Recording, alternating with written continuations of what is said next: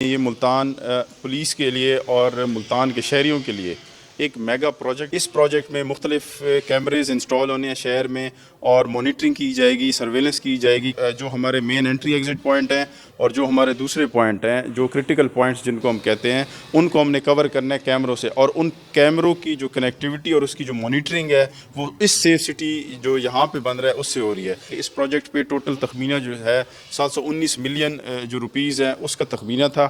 Initial stage میں اس کا گرے structure بنایا گیا۔ گرے سٹرکچر کے بعد جو اس کی فنشنگ کا کام ہے وہ 3 مہینے کے مراحل میں ابھی ہم نے، آپ نے دیکھا ہے کتنے تک مکمل کر لیا ہے، اور ہم انشاءاللہ کوشش کریں گے کہ 1.5 مہینے میں اس کو مکمل کریں۔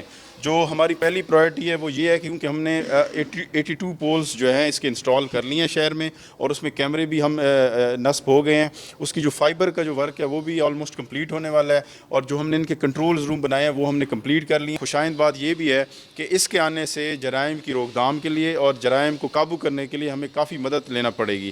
جیسا کہ ماضی میں یہ ہوتا تھا، کرمنل کو ایک ایکسیس مل جاتی تھی، ان کی ٹریسیبلٹی نہیں ہوتی تھی۔